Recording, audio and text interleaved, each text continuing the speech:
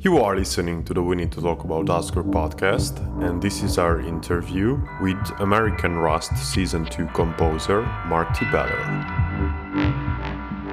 But what was so wonderful about making music for these two seasons is, for lack of a better way of putting it, I feel like we really got to make the music we wanted to make for this show.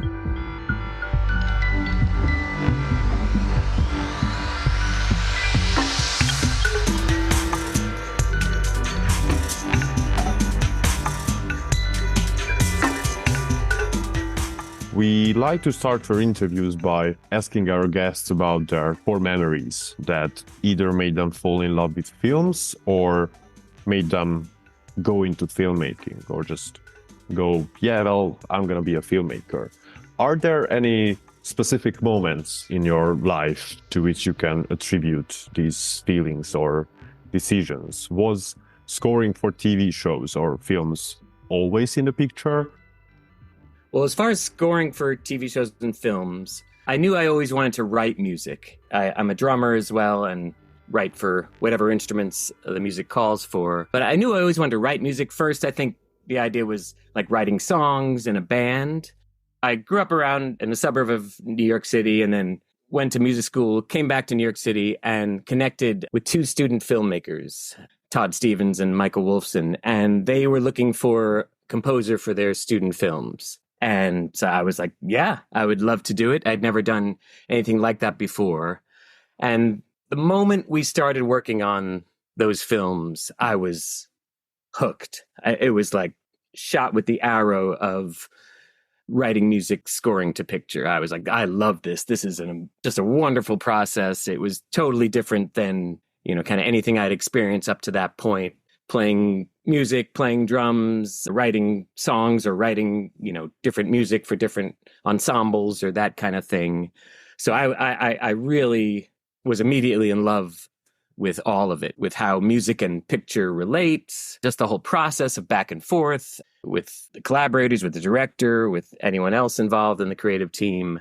Yeah, so that was certainly my entree into scoring. And I knew, like, in addition to drumming, I really want this to be as much a part of my career as I can. So that immediately from there, I knew that was going to be a big focus of mine as well. Again, that was in my early 20s how I got really connected to writing music for TV, film, and pretty much any other kind of mediums that are looking for scoring type music. Like modern dance is another area that I've done a lot of composing for as well. Amazing. Which is, I wouldn't say better, but easier for you, like playing in a band where the band, are the main attraction on the stage versus at the most complementing what you see on the screen. Like, this is not an unfamiliar transition or pairing for a composer or a musician, but how do you cope with it? Well, I think there are certainly a lot of differences in the two areas, but there are a lot of things that are really connected between the two of them. Where I'd go first is, something I enjoy probably the most about being involved in music is the collaboration. I love playing the drums. I love making music for sure, just in of itself. But I love, being in a band is a real collaboration. And playing drums for a song, when you're recording a song or when you're performing a song or playing drums in a performance, in a live show, it's very collaborative with the other members of the band. And it's also very collaborative between yourself and the music and the song. And when it comes to scoring, again, that is so much a part of it. Working with a great team of people, collaborating with a director, a showrunner, editors, my music producer, Dan Miller, who's amazing. So again, they're both really collaborative processes. And again, what is also similar is, you're obviously getting a lot out of it yourself. I've been fortunate enough to be in situations where I'm called upon, give us what you got, put yourself into it, put your creative self into it. But you really are trying to, in both cases, also serve something larger, as you sort of alluded to. So again, it obviously, they're different mediums and you get different feelings back from both of them. But again, the similarities are really, there are really a lot of similarities in both areas. So again, like serving this in the scoring, yeah, you want the music to collaborate with the vision of the creative team, the vision of the showrunner, the vision of the director, and ultimately you want it to serve what people are experiencing, what the audience is experiencing on screen. And that is so many different ways that music can do that. But ultimately, the music is not there to stand out. At times, of course, it's going to peak out, and at times it's going to be more aggressive or different levels of intensity. But you're really there for what is needed at that particular time for what's on the screen and what the audience is experiencing. I don't know, it's just such an amazing parallel, yet different, how when you are composing for a TV show or a film, like you have to take a step back, while when you are performing, you are taking the stage. Yeah, I think that's really pretty wonderful way of putting it. And as you were saying, of trying to dig into what you were getting at, that those thoughts came to mind. In a way, it's like there's a real, obviously, an extraordinarily different pace to each thing. So, there's, in performing, playing in a rock band, there's a real immediacy to it, right? Yes, you're hitting the stage, you're playing music directly to the audience, you're feeding off the audience. There's a real back and forth communication, but it's right in the moment, right there, immediate. You're playing, with your fellow musicians, with your bandmates, you're feeding off them, they're feeding off you. And, but yeah, it's all right in the moment. Things can happen that are unexpected in the moment. You want to be able to react to them and really be focused. And yes, and then the pace of scoring a TV show, there's a lot that has to happen moment to moment, but yeah, it's a real long view. It's a real, American Rust, which I worked on last year, that was a 7-8 month period of time that you're working on the music, that you're, again, working with the creative team. So yeah, I think if I'm understanding what you're getting at, that really resonates with me. And I think that's why, again, I feel so fortunate to be involved in both. That really speaks to what the different things they both feed, this like intensity and joy from a live performance. And again, that immediacy of that moment to moment of that, and then really digging into scoring a show, really digging into themes and character and taking notes and, again, listening and learning from the collaborations you're having. And again, over a longer period of time and developing and evolving. Yeah. So it's a really different timeline, very, very extreme different timeline for each. Yeah. I Absolutely. It really, really resonates what you're saying about it. And to dive a bit deeper into American Rust, what elements of your music that you feel like is specifically yours or just really closer to you could incorporate into the score? And what are those that after 2 seasons you just simply couldn't because it just didn't fit? It's a great question. I mean, at the risk of sounding Pollyanna, this project, the 2 seasons, were extremely fulfilling for a number of reasons. And again, as I speak of a lot, the collaboration is a huge part of it. With the creative team, the showrunners, Dan Futterman, Adam Rapp, the editors, again, my music producer, Dan Miller. And from the start of this project, we obviously had a lot of communication about, what the creative team, what their thoughts on what the music would be. And me and Dan Miller had a lot of communication with each other about, what our approach should be, how we should go about it, how we should develop the music. Very early on in the process, we got positive feedback for what we were doing. And so we really got validated for what our original instincts were and what we got from the direction, from the original communication and meetings that we had about the music. So, which is a long way of saying that when you have a really positive start like that, and then as we went on in the first season and through the second season, it continued to evolve the score, continued to expand what the palette was. We really got to incorporate a lot of the ideas that came to our mind that, of course, again, it was coming from this great collaboration and direction and, the back and forth and the notes and everything like that. But what was so wonderful about making music for these 2 seasons is, for lack of a better way of putting it, I feel like we really got to make the music we wanted to make for this show. And I think, yeah. So again, to be more specific, I would say, again, where a real meeting of the minds happened very early on was this idea that everyone wanted the music to really have a sense of the place where the show took place, a small town in Western Pennsylvania, and really evoke that place. And so where that really met us where we wanted to be was, so we clearly were going to incorporate instruments like dulcimer and psaltery and bucket bass and certain types of percussion that were going to, again, speak to that area, speak to that place. But we also wanted to mix that and layer that with kind of our own sensibility of dark, intense, emotional, driving, dramatic score, so that ultimately that the show could have its own sound.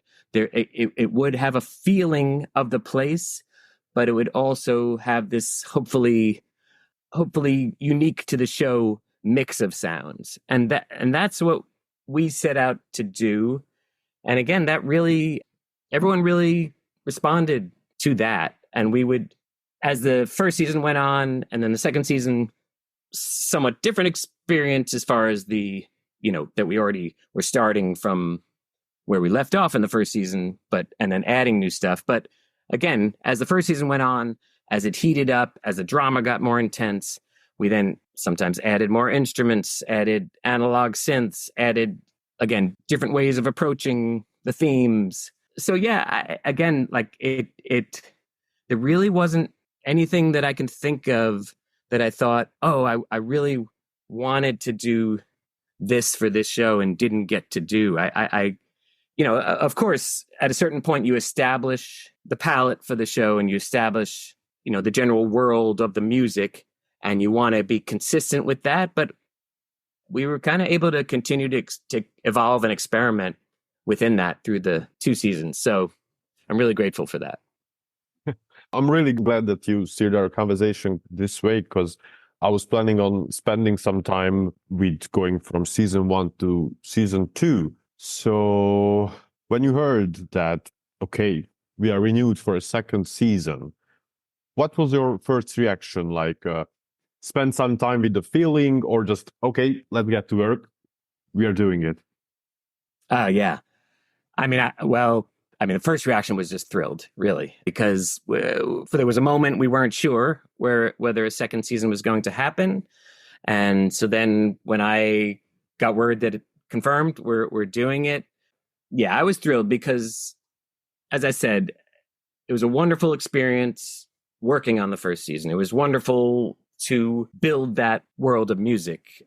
And I didn't want that to end. I didn't want, it was this realization came over me when I thought, oh, we're just going to do one season, which again, I would have been really grateful for as well and proud of. But I had this realization like, wow, so that music just stays there in that first season, and it doesn't live on from there. So, so I was really excited when we found that there was a second season.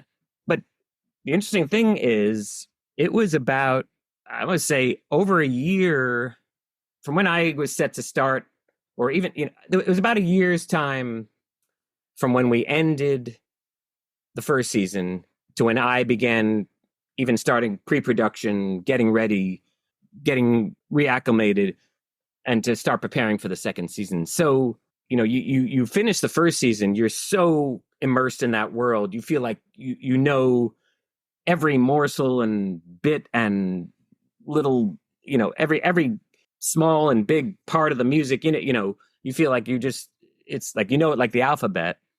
And then a year goes by and I realized, I kind of have to re-immerse myself in that world. I wanted it to feel like we were starting the second season. I wanted it to feel like, for me, that we were starting the second season like the day after we finished the first season.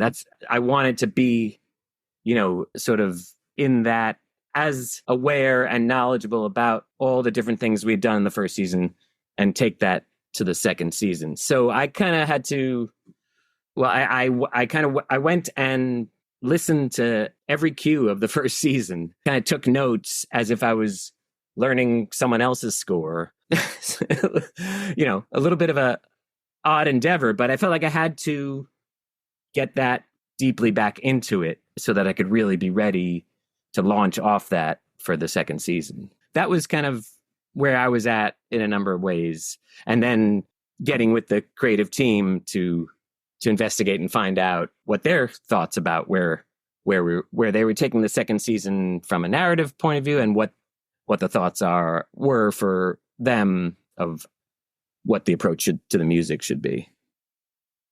And how was listening to the first season score after a year? Were you like, this guy's really good? Well, I think it was kind of just relearning that palette, and just because as I said, we got to evolve it in a number of different ways, and we got to put a lot of ingredients into it. So yeah, I mean, I would say, yeah, it's kind of a, hopefully, I'm saying this because now that was about, when was that? That was almost a year and a half ago. I'm losing the timeline of it all. But anyway, I would hope that I wasn't, well, I think, I'm sure I approached it in a few different ways of being happy to get back into it. We're always finding ways to, how can we improve what we're doing? How can we, again, what are the different approaches we could take now that we have an opportunity for the second season? So I think it was a strange endeavor. I felt like I had to convince myself this is something you have to do, because you want to feel like you're right in it, just as if you just had finished the first season and are saying, okay, you just finished the first season, start the second season. You're that immersed in that world. So, I think it was I think I had to take some breaks. I think I had to, at times, try to have some, constructive thoughts about it of, I didn't want to get into like, oh, I would have done this differently, I would have done that differently, too much. I think it was more it was just too late for that. You don't want to get, but again, and I can do that with the best of them for any project. So yeah, I think it was, again, it was a challenging, once I realized, oh, you have to do this. At first I was like, oh, I'm going to dip in, and I was like, no, enough time has passed. You have to do this. So yeah, it was definitely challenging to sort of, again, have to relearn something that I knew so well a year before, And were there any tracks that you scored for season 1 yet ended up in season 2? Could there be such a level of interchangeability? Yeah, well, that's one of the big things we talked about, and actually Dan Futterman talked to me and Dan Miller about early on when we were starting the second season. And he made a real clear point of that, number one, they really liked the music from season 1. Obviously, that's great to hear. Much better to hear that than, oh, we want to totally do something different.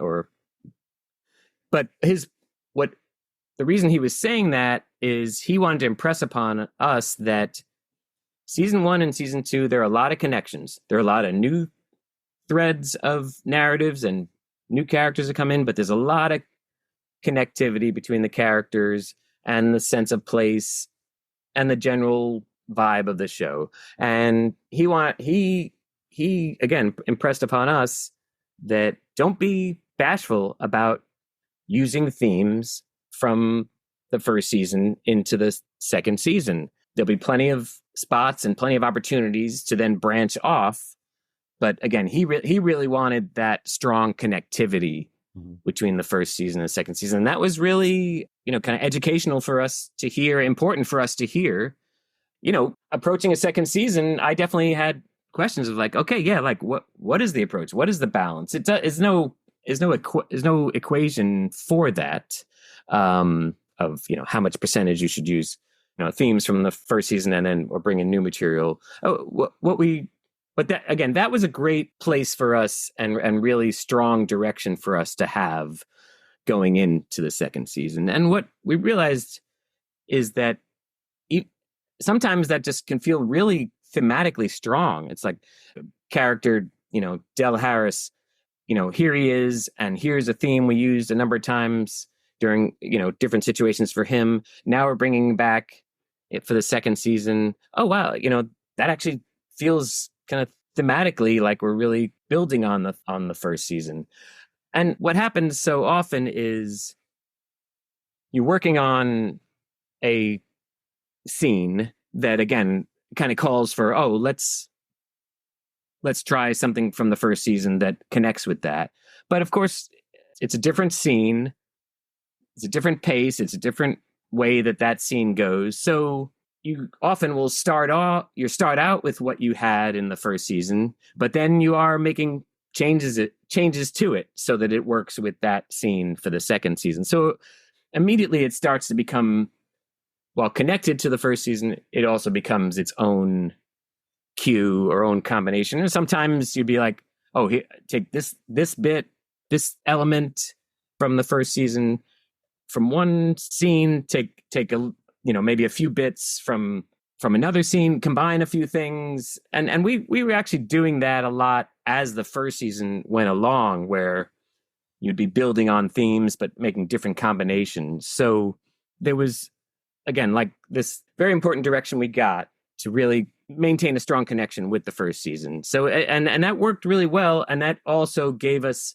a place to jump off from when we were going with new material. Wanted to make sure that the new material needs to feel of the same world, even if it's expanding the palette or or developing a new theme. Still needs to feel in that world. Still needs to work with the season one themes and palette and elements and pieces of music that we're bringing in.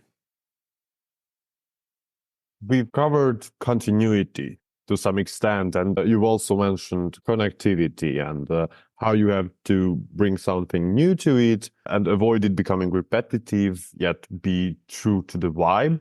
Also, another thing you've mentioned is how to, I don't know how you said it exactly, but kind of giving a theme, a voice to this little Pennsylvania town. And another aspect of it that really fascinates me is how existing places and characters can be widened and dug deeper and deeper into thematic-wise, like Jeff Daniels' Dell or Maura Tierney's Grace. And on the other hand, there are the new characters who are just there for certain episodes in either seasons.